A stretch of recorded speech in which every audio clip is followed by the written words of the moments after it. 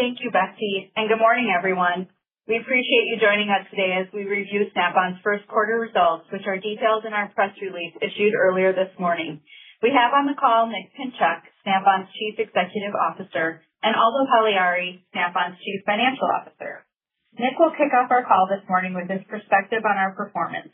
Aldo will then provide a more detailed review of our financial results.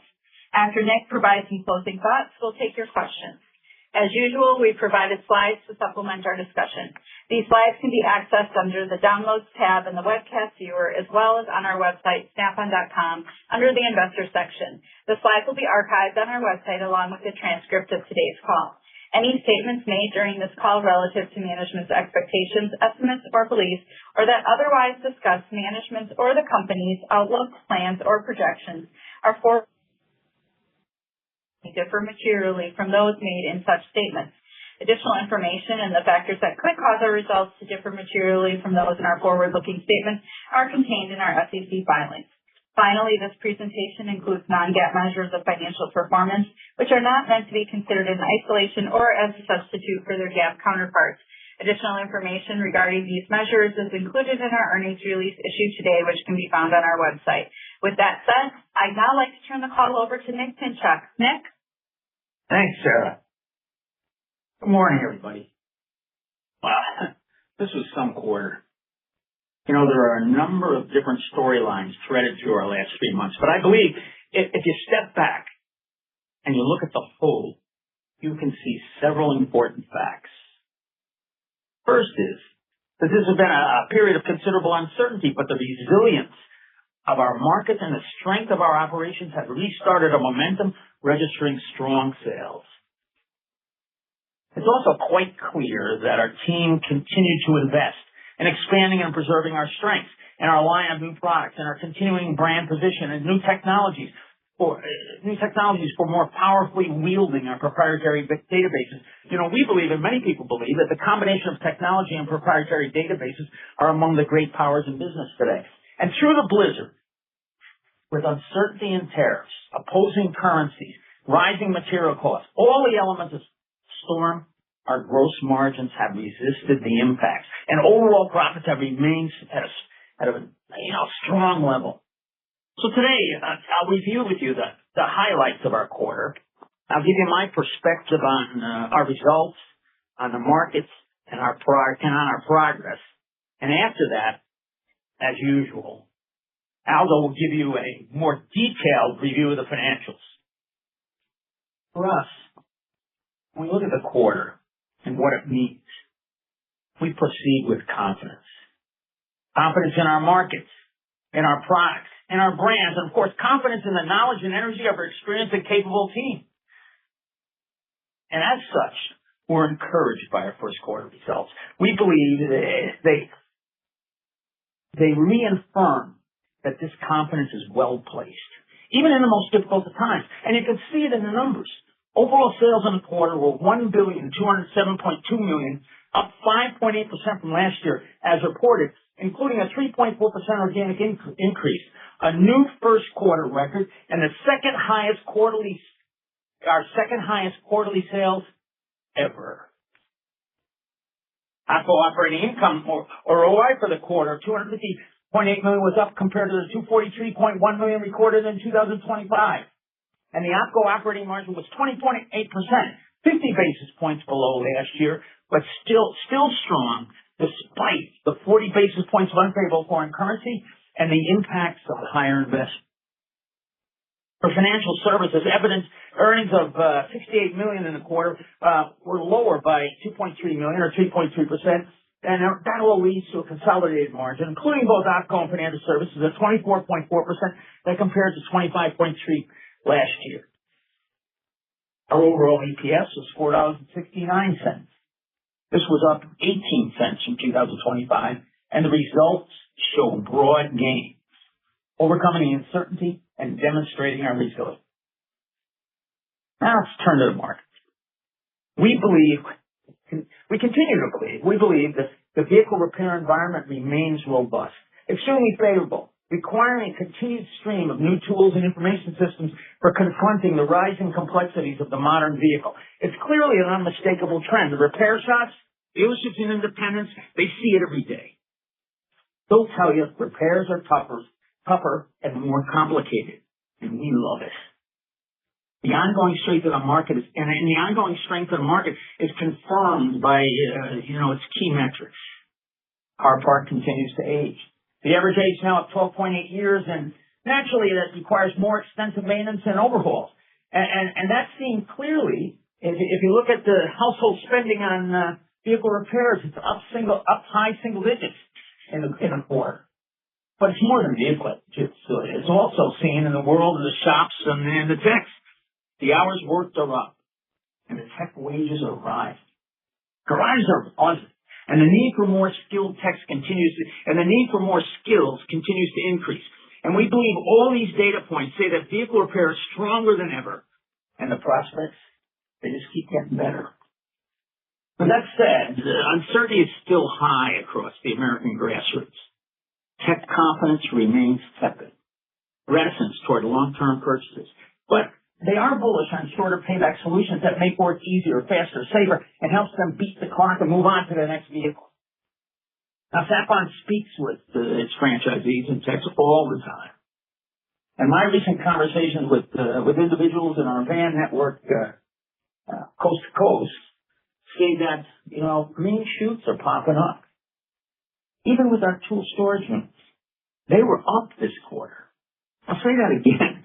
Tool storage was up. And as we spoke, the franchisees expressed their excitement about and as I spoke to them, I had the extended conversations, the franchisees were excited about where they're positioned and they're enthusiastic about their future. As I said, they see green shoots.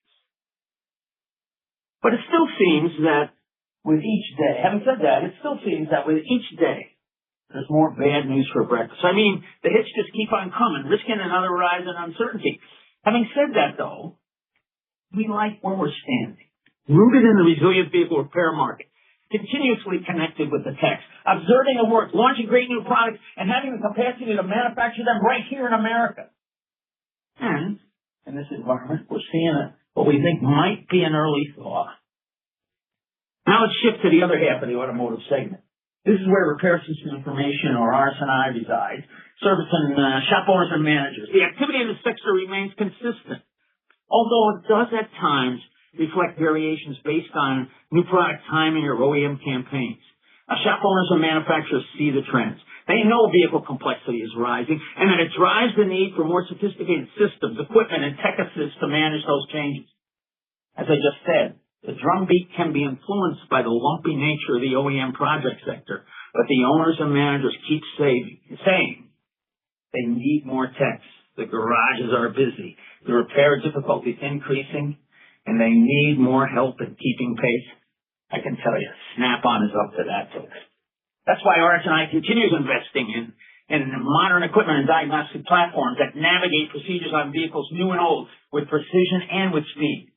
Now, we do have a strong lineup in undercar and collision equipment in RS&I, but particularly powerful are our diagnostics and information systems and proprietary databases.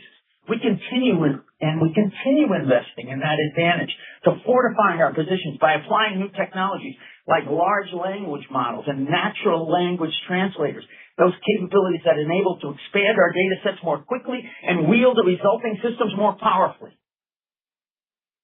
The Progress offers systems that search billions of data points, matching a unique vehicle profile and current systems to just the right fix, and it all happens in seconds. A great example is our newly launched feature that streamlines the process for confronting job estimates. Kind of a Mitchell 1. It's a Mitchell 1 prime, and estimates are a particularly thorny and time-consuming challenge for any shop, but our new system for Mitchell 1 makes it much easier. We're going to hear a lot about that later as we go forward. So that's vehicle repair, robust for both individual techs and for garage owners and managers. And we believe we have a decisive advantage in both arenas. We expedite repairs, we improve productivity, we keep vehicles moving, we help techs and the shop make much more money. We believe it's a great place to be. Now, let's go to the critical industries. This is where our commercial and industrial group, or C&I, operates, rolling the Snap-on brand out of the garage in harsh environments where the penalty for failure is high, the work is demanding, and the need for precision and repeatability and reliability are high, all conditions that warrant a Snap-on level product. C&I covers a wide range of applications from the latest space missions to expanding the power grid to extracting natural resources, helping build data centers. This is where we excel with customer connection and innovation, observing the work and turning those insights into individual products or custom kits, matching the tools to the specific task. It's a business rooted in the essential, both domestic and internationally. And with that,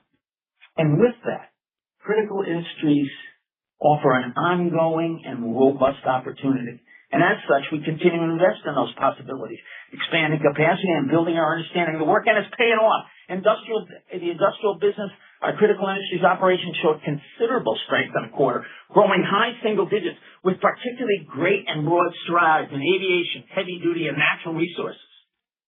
So that's our markets, vehicle repair. Business is booming. Not just in this interlude, but driven by continuing secular trends of aging and complexity. And despite the uncertain environment, those secular trends keep it moving. The metrics say being a tech is a great place to be. And Snap-on's keeping up, pivoting to match the current tech preferences with great products. The shop owners and managers recognize that upgrading is table stakes to cash to cash in on the robust vehicle repair demand that they're seeing. And Snap-on has the equipment, the data, and the systems to put them right on target. And we're reaching beyond the garage, taking full advantage. The industrials quarter says it's so. The critical industries are a bellwether. The essential is expanding, bringing with it more demand for precision and customization.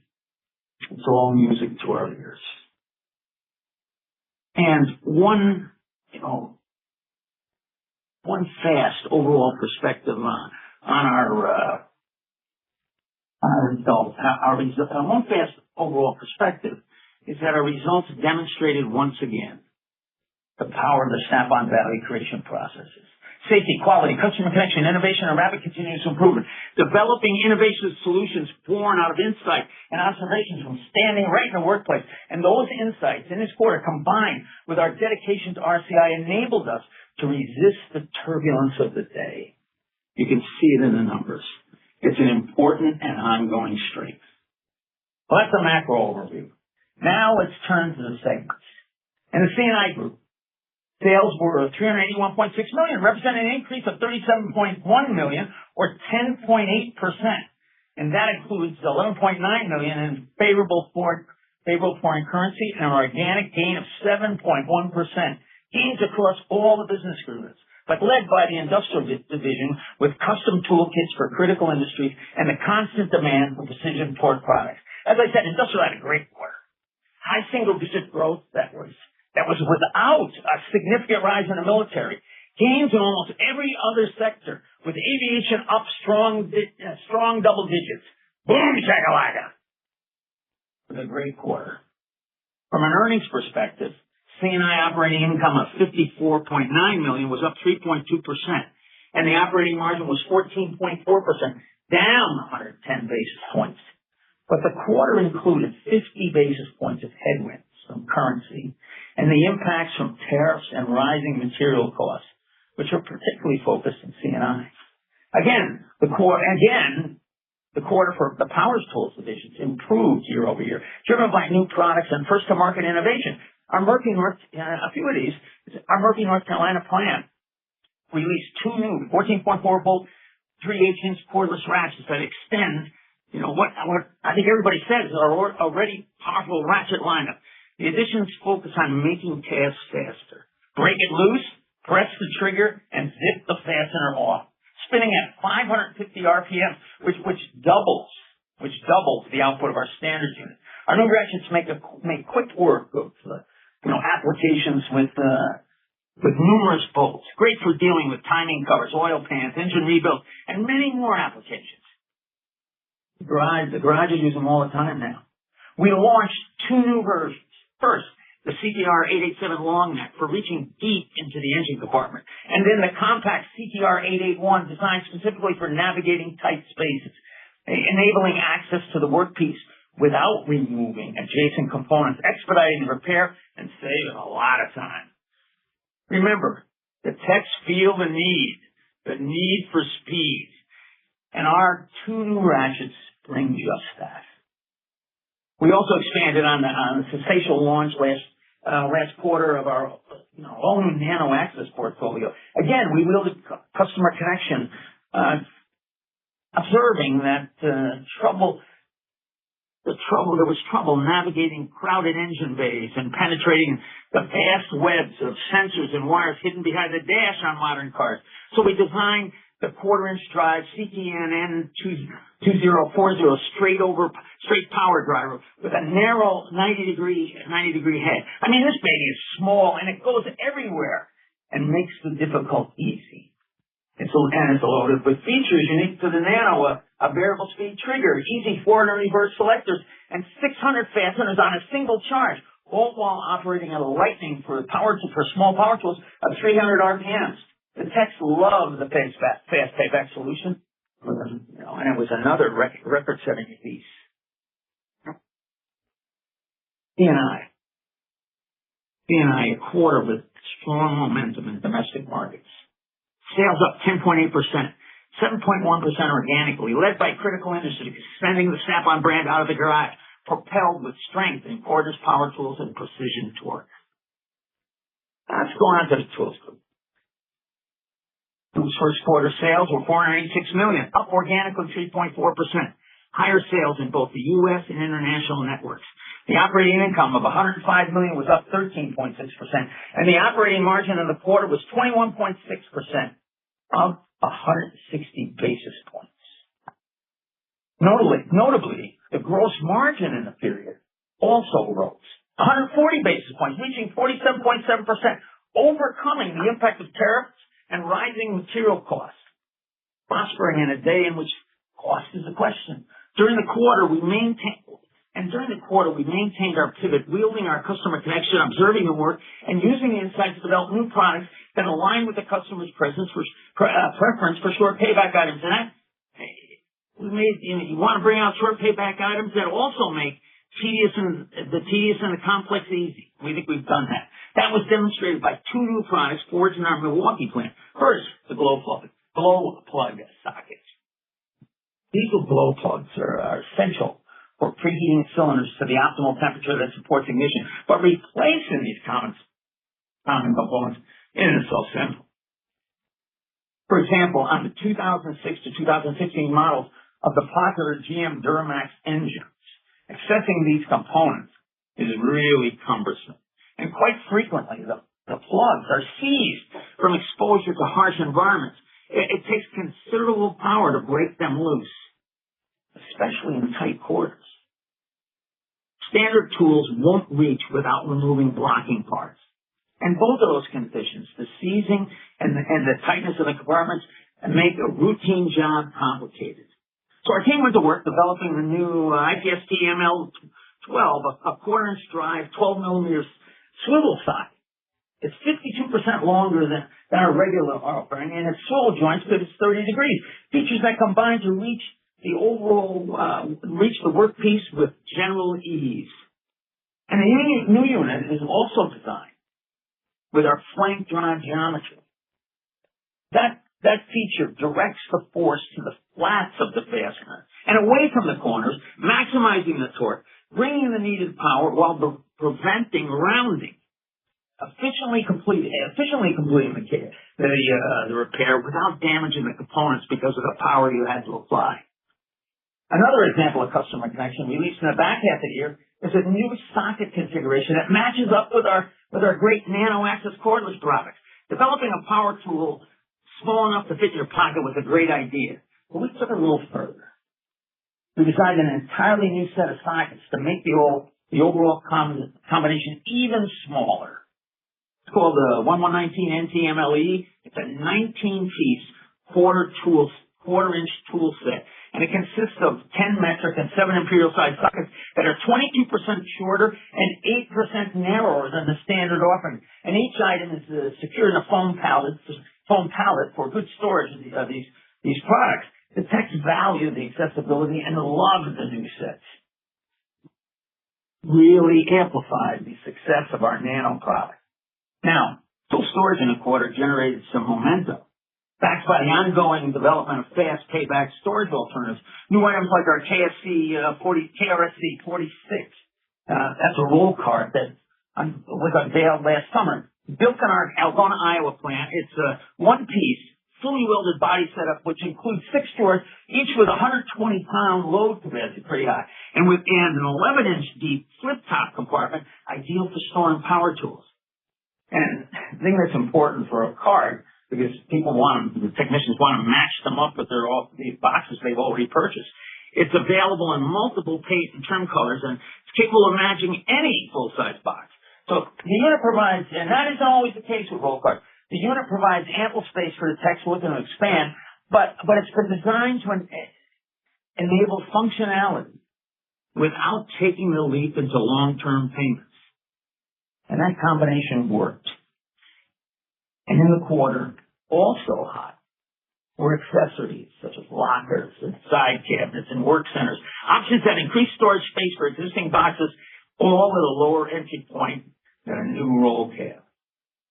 Speaking of roll cabs, full-size roll cabs, we did release in the quarter a commemorative box celebrating our nation's 250th anniversary entitled A Tribute to America. The 84-inch Epic is a beauty. It's gloss-back case with white drawers and red trim, and the 12-inch power drawer at the top left corner had a blue panel overlay with 50 laser-cut stars. The red, white, and blue setup, kind of conjures the view of the American flag when you step back from it.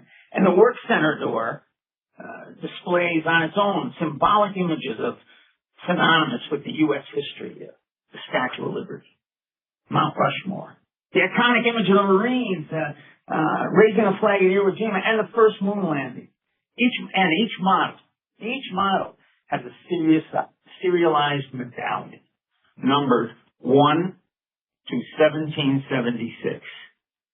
It overcame the big-ticket reticence in the quarter, becoming a highly coveted box, epitomizing both the Snap-on's U.S. presence and the birth of our great nations.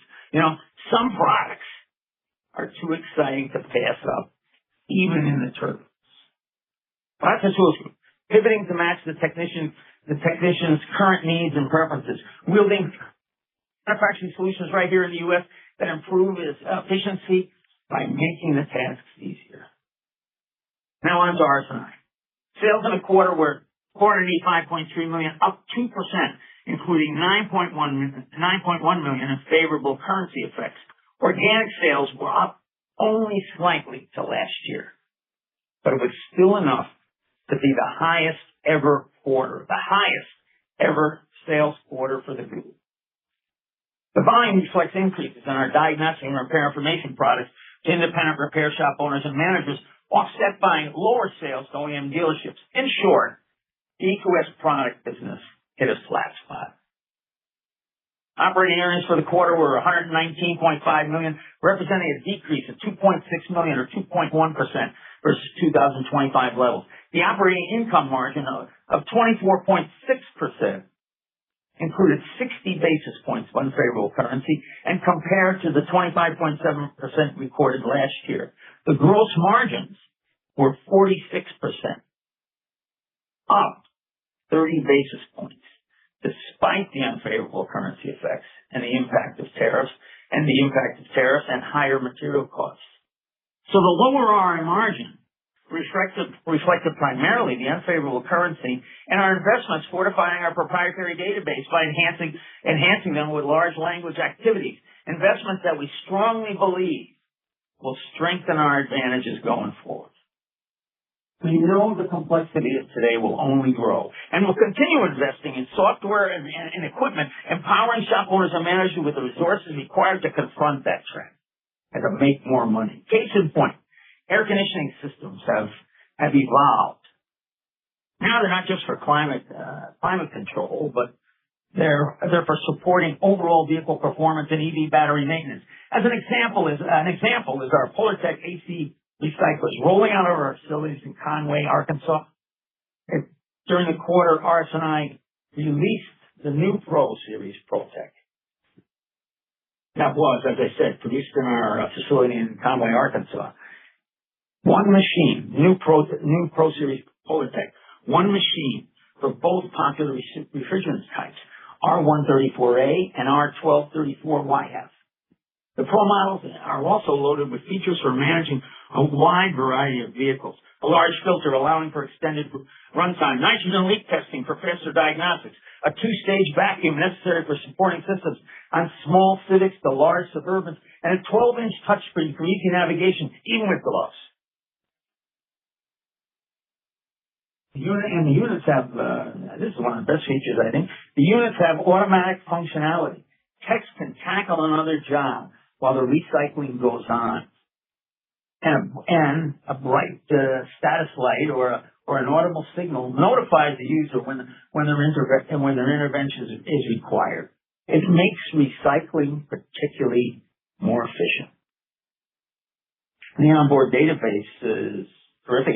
It identifies the VIN and presets the unit with OEM vehicle specification, preventing the time often wasted manually looking up the stats. Our new Pro Series is a great example for helping shop owners and managers navigate the complexity of new cars. Hook it up, enter the VIN, and the machine takes over, improving both productivity and error-proofing the process. We're confident in the strength of RS&I. We keep investing to expand its position by making work easier with great products and with proprietary information. Well, that's a Snap-on first quarter. Corporation overall sales, $1,207.2 million, the highest first quarter ever. Organic sales up 3.4%. OpCo operating income up and gross margins holding firm. The C&I Group's organic sales up 7.1%. The critical industries recording a baffled quarter. Tools Group organic sales up 3.4%. Gross margins up 140 basis points and operating margins up 160 basis points. RSC organic sales up slightly, but still the highest ever. Gross margins up 30 basis points. Investments across the group to fortify our advantages in product and brand and in people. And the corporate's EPS, $4.69, up again over 2025. We had strong results that overcame the headwind. C&I extending the brand out of the garage. Tools Group successfully pivoting to customer preferences, and RS&I leveraging our proprietary offering to solve the complex. It was an encouraging quarter. Now I'll turn the call over to Aldo. Aldo? Thanks, Nick. Our consolidated operating results for the first quarter are summarized on slide 6. Net sales of $1,207.2 million in the quarter represented an increase of 5.8% from 2025 levels, reflecting a 3.4% organic sales gain and $26.9 million of favorable foreign currency translation. Sales in our commercial and industrial sector, or the C&I Group, increased year over year, led by strong performances with critical industry customers and robust sales by our specialty torque operation. In our automotive repair markets, sales gains were achieved through our franchise van channel, while activity with repair shop owners and managers was essentially flat. From a geographic perspective, consolidated sales were up across all regions. Consolidated gross margin of 50.4% compared to 50.7% in the first quarter last year. The decline of 30 basis points primarily reflected 40 basis points of unfavorable foreign currency effects. In addition, the benefit of increased volume and savings from the company's RCI initiatives were largely offset by higher tariffs and other material costs. As you may recall, many of the incremental tariffs did not go into effect until the second quarter of 2025, and as such, the first quarter last year did not include those additional costs. That being said, Snap-on is relatively advantaged in the current tariff environment by principally manufacturing in the markets where it sells. However, our costs can be somewhat impacted by trade policies. Operating expenses as a percentage of net sales of 29.6% compared to 29.4% in 2025. primarily due to increased personnel costs and expanded technology investments, partially offset by the favorable effects of sales volume. Our technology investments include further strengthening of our core infrastructure, as well as broadening the use of large language models across key business functions to improve productivity. Operating earnings before financial services of $250.8 million in the quarter compared to $243.1 million last year. As a percentage of net sales, operating margin before financial services of 28.8%, including 40 basis points of unfavorable foreign currency effects, compared to 21.3% reported in 2025. Financial services revenue of $101.1 million in the first quarter compared to $102.1 million last year, while operating earnings of $68 million compared to $70.3 million in 2025. Consolidated operating earnings of $318.8 million compared to $313.4 million last year. As a percentage of revenues, the operating earnings margin of 24.4% included 40 basis points of unfavorable foreign currency effects compared to 25.2% in 2025. Our first quarter effective income tax rate was 22% in 2026 and 22.2% last year.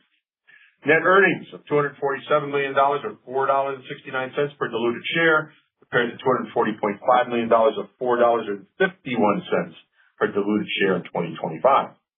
Now let's turn to our segment results for the quarter. Starting with the C&I Group on slide 7. Sales of $381 million rose $37.1 million compared to 2025 levels, reflecting a 7.1% organic sales gain and $11.9 million of favorable foreign currency translation. The organic increase includes gains in each of the segment's operations, including a high single-digit improvement with customers in critical industries and a rise in the specialty torque business. The strong demand in critical industries includes higher sales in the quarter to customers in the United States and international aviation, heavy duty, and natural resources. Shipments serving military applications, however, were essentially flat year-over-year, but reflected an improving trend from activity in 2025. Additionally, our European-based hand tools business also contributed to the sales growth in the period. Gross margin of 40.3% compared to 42.6% in 2025. This decline is primarily due to higher tariffs and material costs and 50 basis points of unfavorable foreign currency effects, partially offset by benefits from the increased sales volume. Operating expenses as a percentage of sales of 25.9% in the quarter improved 120 basis points from last year, primarily reflecting the higher sales volume. Operating earnings for the C&I Group of $54.9 million compared to $53.2 million in 2025, and the operating margin of 14.4%, including 50 basis points of unfavorable currency, compared to 15.5% last year. Turning now to slide 8. Sales in the Snap-on Tools Group of $486 million compared to $462.9 million last year, reflecting a 3.4% organic sales gain and $7.2 million of favorable foreign currency translation. The organic rise was due to low single-digit gains both in the U.S. and in the segment's international operations. During the quarter, while we had some success with featured tool storage products, we believe our ongoing pivot to shorter payback items continued to temper the persistent uncertainty of technician customers in the current environment. Having said that, we were pleased to see the positive uptake of tool storage products during the period. Gross margin improved 140 basis points to 47.7% in the quarter, 46.3% last year, mostly due to increased sales and savings from the segment's RCI initiatives, partially offset by higher material and other costs. Operating expenses as a percentage of sales of 26.1% compared to 26.3% in 2025. Operating earnings for the Snap-on Tools Group of $105 million compared to $92.4 million in 2025. The operating margin of 21.6% improved 160 basis points from last year. Turning to the RS&I Group, shown on slide 9. Sales of $485.3 million compared to $475.9 million a year ago, primarily reflecting a $9.1 million of favorable foreign currency translation. On an organic basis, a low single-digit increase in sales of diagnostic and repair information products to independent repair shop owners was offset by decreased activity with OEM dealerships and managers. This decline primarily reflected lower sales associated with OEM programs in North America, which more than offset higher revenues with OEMs in Europe. In addition, sales of undercar equipment in the quarter were essentially the same as last year. Gross margin for the RS&I group of 46% compared to 45.7% last year, primarily due to the favorable business mix and savings from RCI, partially offset by higher tariffs and material costs. Operating expenses as a percentage of sales of 21.4% compared to 20% in 2025. This increase is largely due to 20 basis points of unfavorable foreign currency effects, higher personnel costs, and expanded technology investments, including those in support of the segment's growing software-based businesses. Operating earnings of $119.5 million compared to $122.1 million last year. The operating margin of 24.6%, including 60 basis points of unfavorable currency effects, compared to 25.7% reported in 2025. Now, turning to slide 10. Revenue from financial services of $101.1 million decreased $1 million from last year, primarily due to lower interest income resulting from a year-over-year decrease in the size of the average portfolio in the period. Financial service expenses of $33.1 million increased from $31.8 million in 2025. However, provisions for bad debts improved by $300,000 from those recorded in the first quarter of last year. As a result, financial services operating earnings of $68 million decreased $2.3 million from last year's levels. In the first quarter, the average yield on finance receivables was 17.6% in both 2026 and in 2025. While the average yield on contract receivables was 9.1% in each year. Loan originations of $264.6 million in the first quarter represented a decrease of $4.1 million or 1.5% 2025 levels. Moving to slide 11. Our quarter-end balance sheet includes approximately $2.5 billion of gross financing receivables, with $2.1 billion from our U.S. operations. For extended credit or finance receivables, the U.S. 60-day plus delinquency rate of 1.9% is down 10 basis points from the first quarter of 2025. Additionally, the rate is down 20 basis points from last quarter, reflecting the typical seasonal decrease between the fourth and first quarters. Trailing 12-month net losses for the overall extended credit portfolio of $72.9 million represented 3.75% of outstandings at quarter end. We believe that these portfolio performance metrics remain relatively balanced considering the current environment. Now, turning to slide 12. Cash provided by operating activities of $368.7 million in the quarter represented 145% of net earnings and compared to $298.5 million last year. The improvement of $70.2 million or 23.5% from comparable 2025 levels largely reflects decreases in working investment versus increases last year and higher year-over-year net earnings. Net cash used by investing activities, $28.6 million, mostly reflected capital expenditures of $21.2 million and $5.1 million for acquisition of a former independent car line or collision distributor in Australia.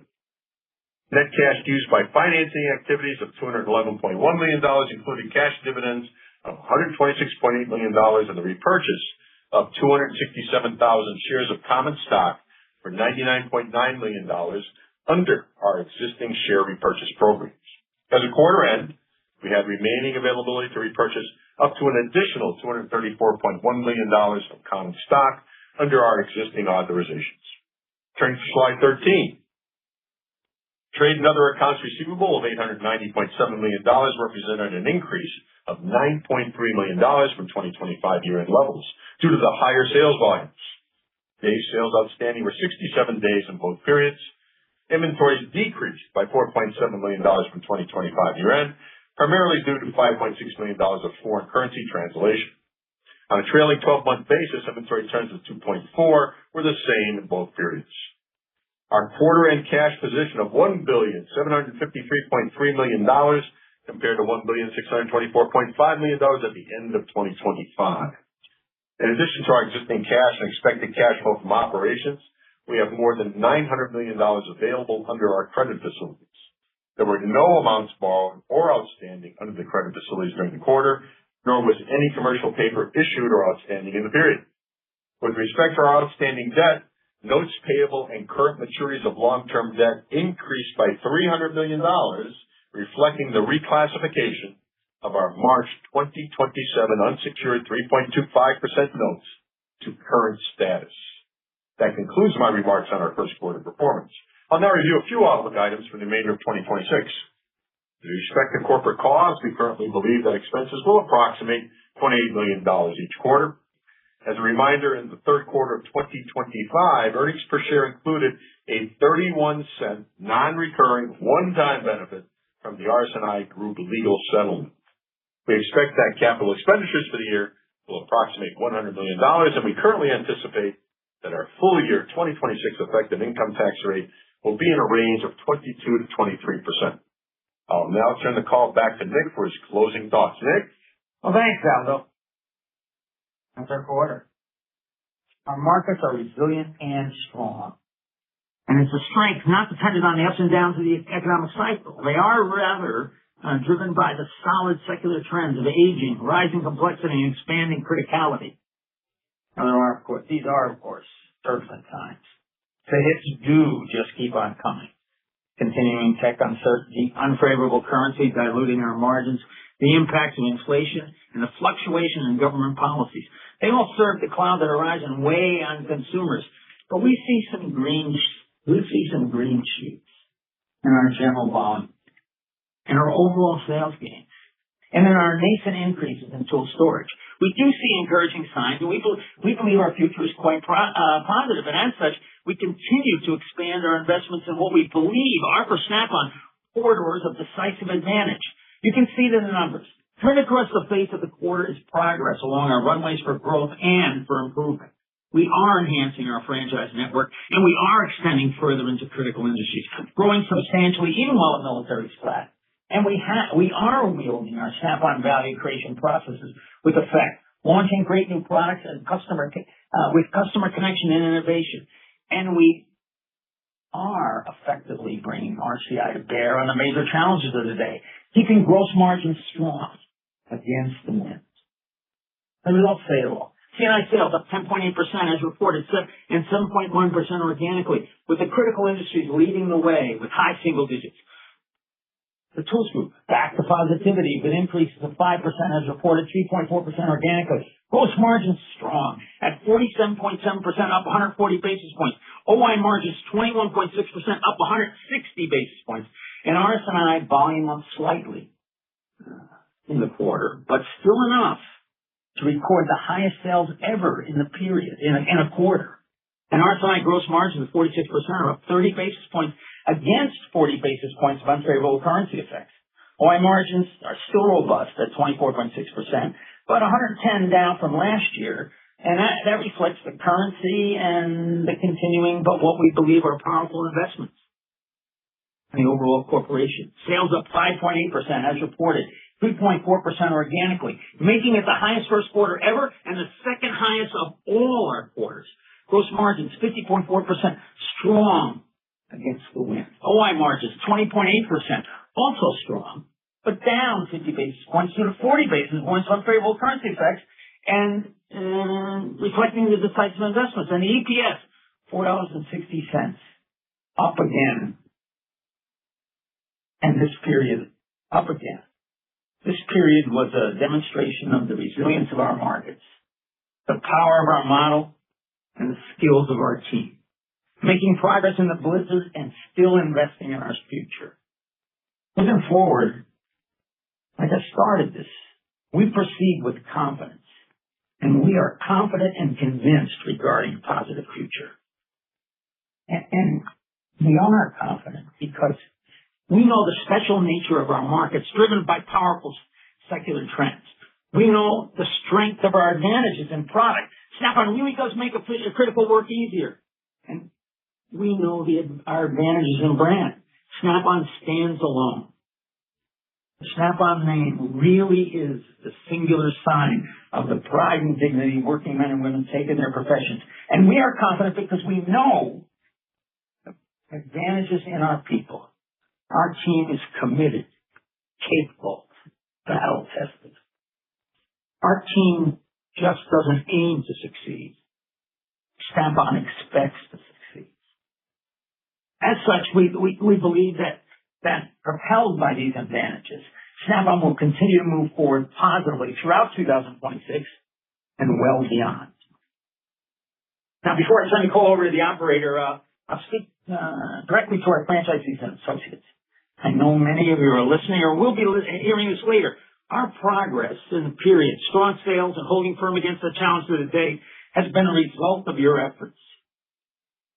For your performance in the quarter, you have my congratulations. For the energy and capability you bring to the enterprise every day, you have my admiration. And for enlisting your future, your dedication, and your confidence in our team, you have my thanks.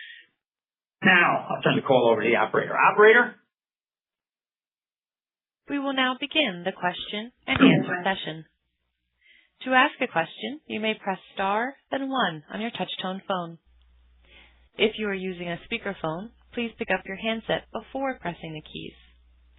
If at any time your question has been addressed and you would like to withdraw your question, please press star, then 2. At this time, we will pause momentarily to assemble our roster. The first question today comes from Bret Jordan with Jefferies. Please go ahead. Hey, good morning, guys. Morning. In the prepared remarks on C&I, you talked about heavy duty, sort of specifically within the stronger categories. Do you think you're seeing a cyclical trend there that after a long softness in the heavy duty market, there's some improvement, or is this sort of a product or short term? I think it has to do with we didn't see so much softness in heavy duty, Brett, so I don't think it's so cyclical. I can't say that it isn't part of that, some sort of macro trend, but we believe it's because we are understanding the work around heavy duty more every day, and this leads to more effective, complex, and customized solutions, which people are signing up for. So we think when we do this, we're following the markets, but we're also capturing some share in our business. And I guess also in the prepared remarks, you talked about restarted momentum, and you talked about green shoots a couple of times.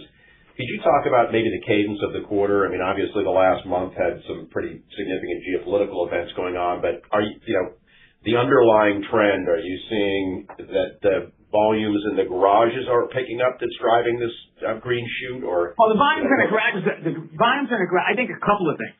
I mean, it's hard for us. A month isn't a really significant progress. And so when we looked at it, I think when we look at the quarter, we can make no conclusions about the effect of the war on where the world is going. But I'll tell you this, is that the green shoots were associated with the principally, like we saw that tool storage and the sales of the item. And I just talked to these conversations with the franchisees aren't long ago. They are recent. And I talked to people trying to find out how they felt, and they sounded pretty optimistic to me. So you could see, and all of them, I talked about that big box. That wasn't cheap. The Epic box, with the red, white, and blue flag on the front. They were all talking proudly about the idea. Well, I was able to get 2 of them, or 1 of them. So they seem pretty positive. And I can tell you, franchisees do not hold back when they talk to me. I get a lot of complaints, and these conversations were pretty positive. So I think I put that together with the sort of nascent tool storage increase and say, that's a kind of green shoot, plus our total sales. But, Brett, it's 1 quarter. You never know, really. We don't give guidance, but you never really know. But it's better than poking the eye with a sharp stick, what we got. Yeah. All right, thanks.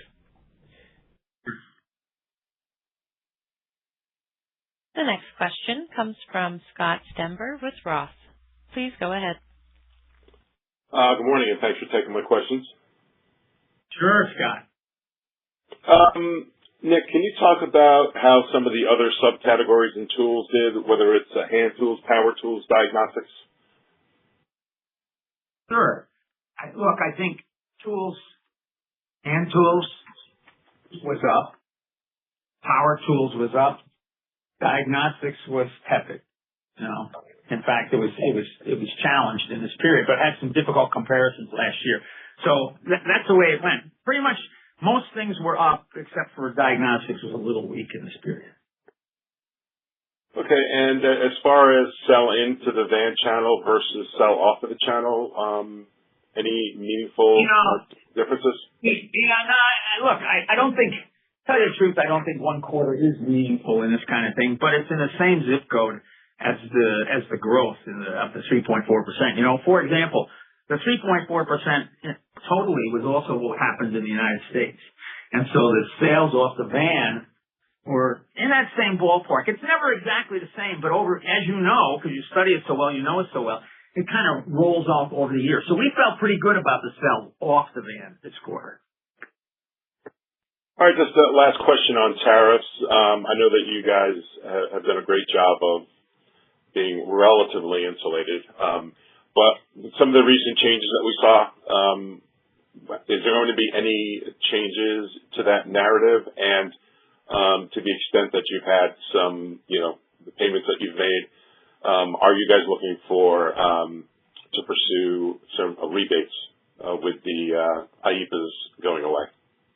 Yeah, okay, look,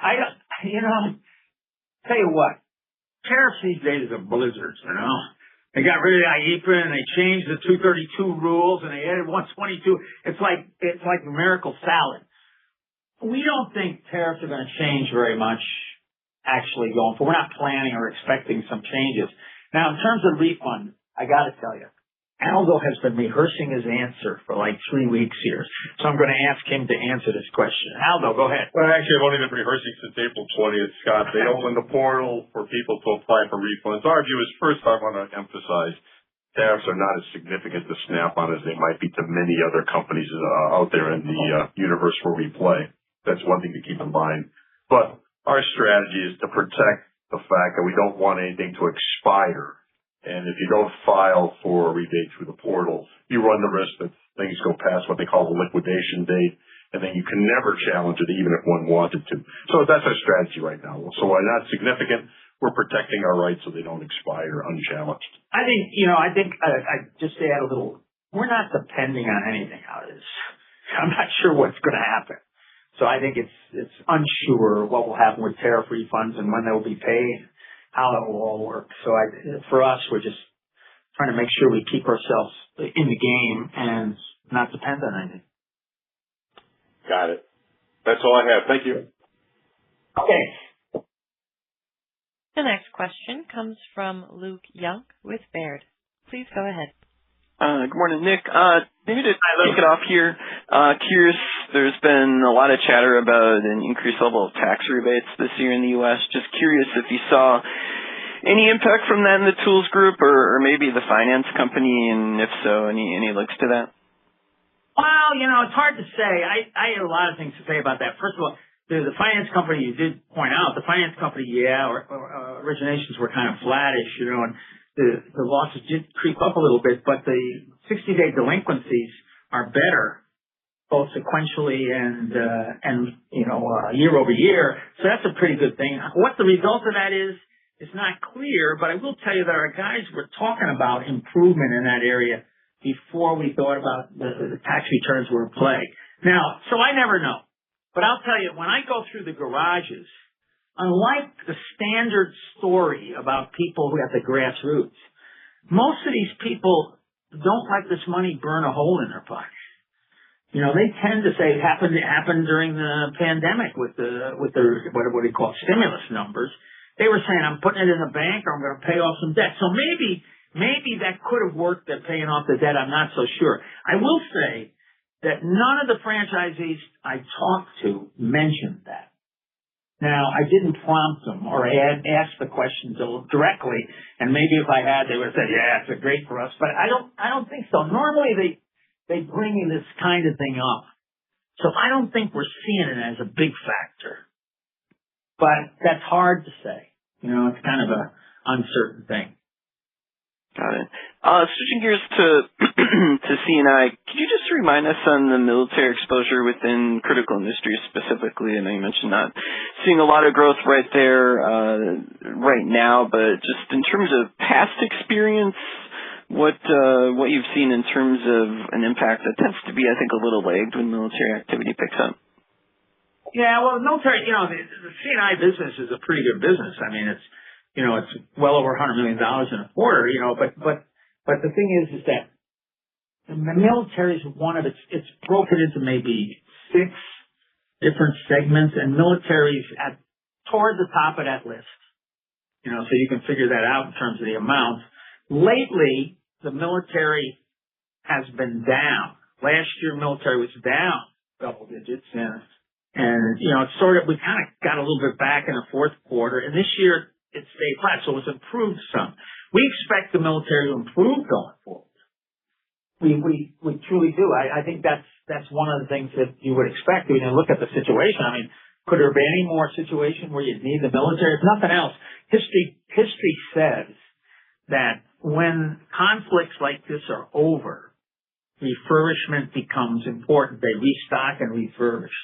So we usually get good business out of that. On top of which, I don't know your view, but I think the nation is kind of saying, well, given the environment, we got to stock up a little bit more on military. So we kind of expect that to expand. What I loved about the quarter was, though, the military didn't help us. And boy, some of those other areas, like aviation, gangbusters. And so, and it's pretty profitable. So I meant it when I said that industrial had a terrific quarter. The industrial business seems pretty good to us.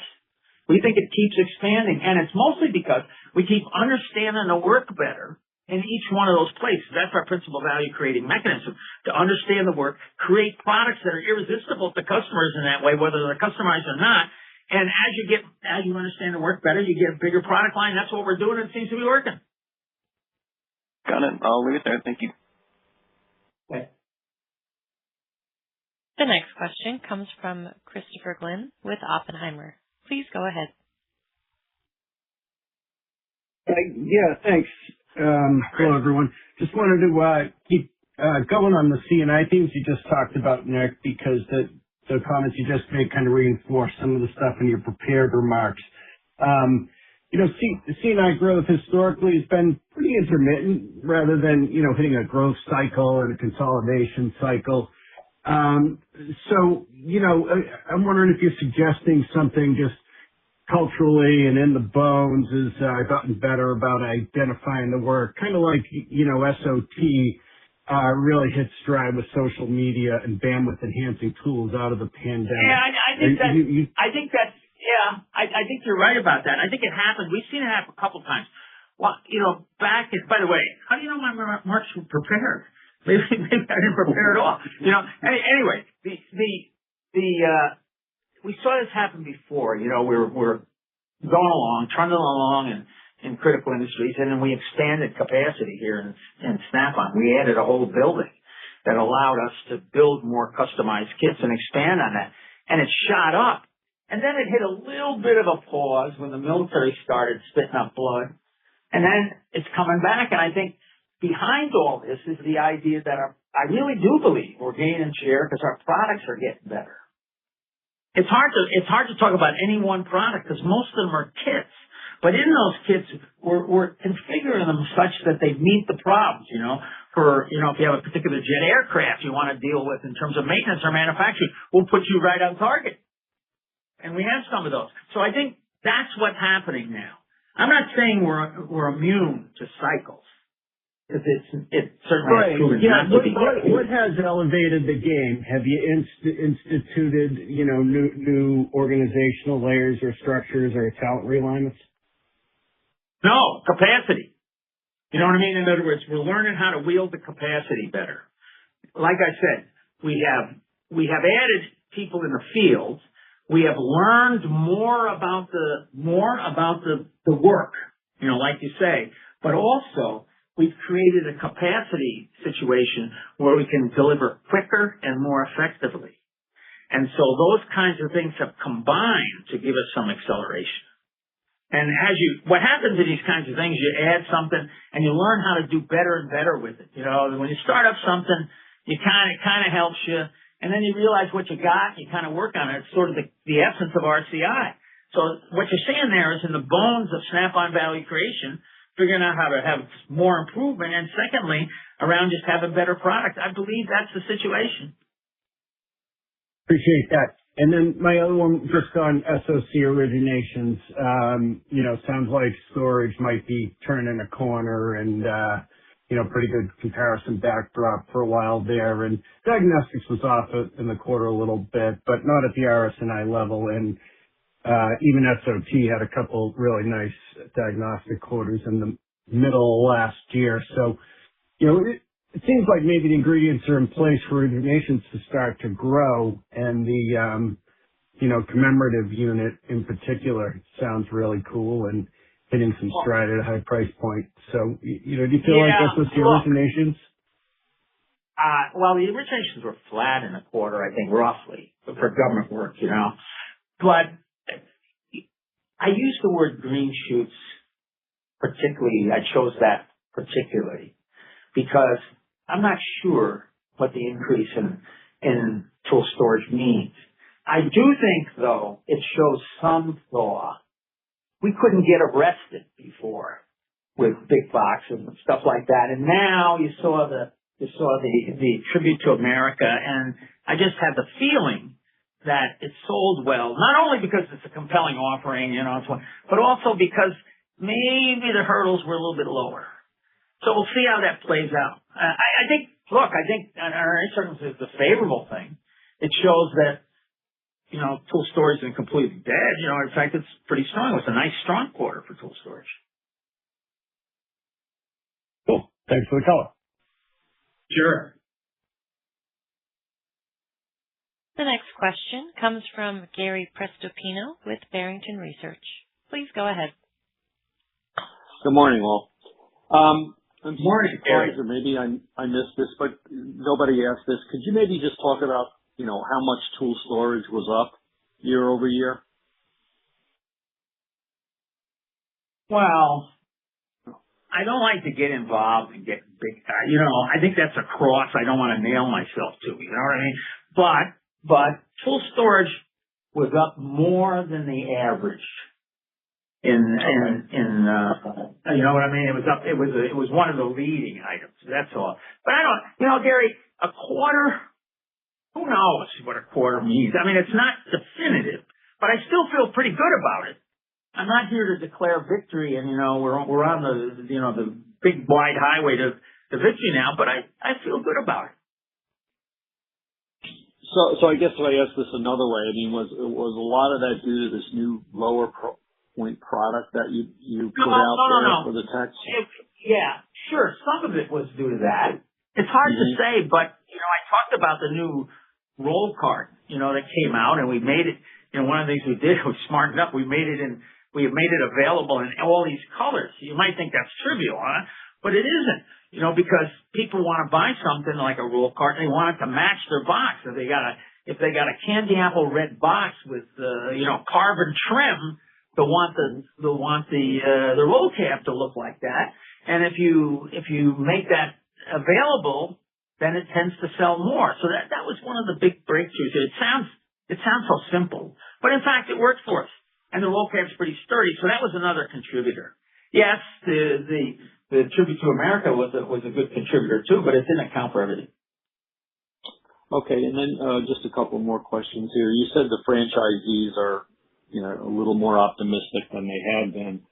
Do you attribute that to some of what you've done strategically with shorter payback products, or are they really starting to see a turn in the appetite for technician purchases of tools? I mean, you cited all sorts of issues with uncertainty for the last couple of quarters. Has that changed a little bit here, you think?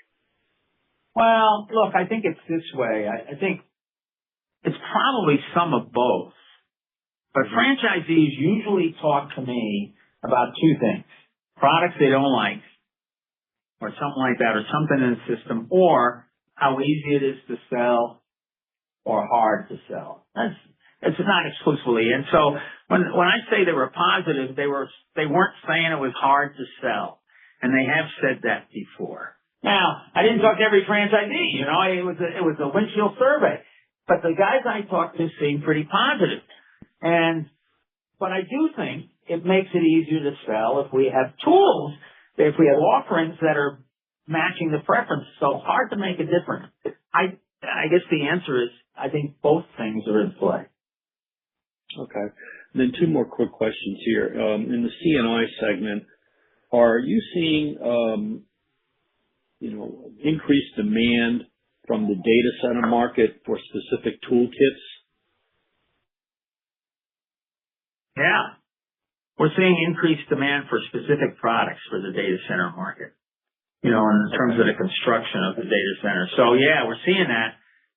I don't know where that's going, but we are being asked to quote, and we find business in those areas. Okay. And then last question, what was the FX impact EPS, Aldo? We had 2 cents of good news when it came to operating income. When you look at the unfavorable currency remarks throughout the deck, that has to do with transaction negative variances, and that largely is associated with our factories emanating out of Sweden and actually the United Kingdom to some extent. Yeah, basically, screws up the ratio. 2 cents of good news there, Gary, I think is what you're asking for operating 2 income. cents positive. The reason why we talk about the negative is, he says that's one of the conundrums of this period. It was positive on the EPS, but negative on the margins because it added sales and it did not add profits in any kind of proportion to that. It added a lot of sales and almost no profit. Okay. Thank you.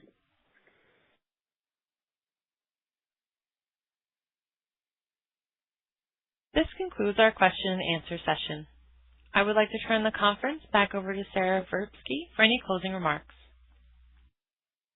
Thank you all for joining us today. A replay of this call will be available shortly on snapon.com. As always, we appreciate your interest in Snap-on. Good day. Goodbye. The conference is now concluded. Thank you for attending today's presentation.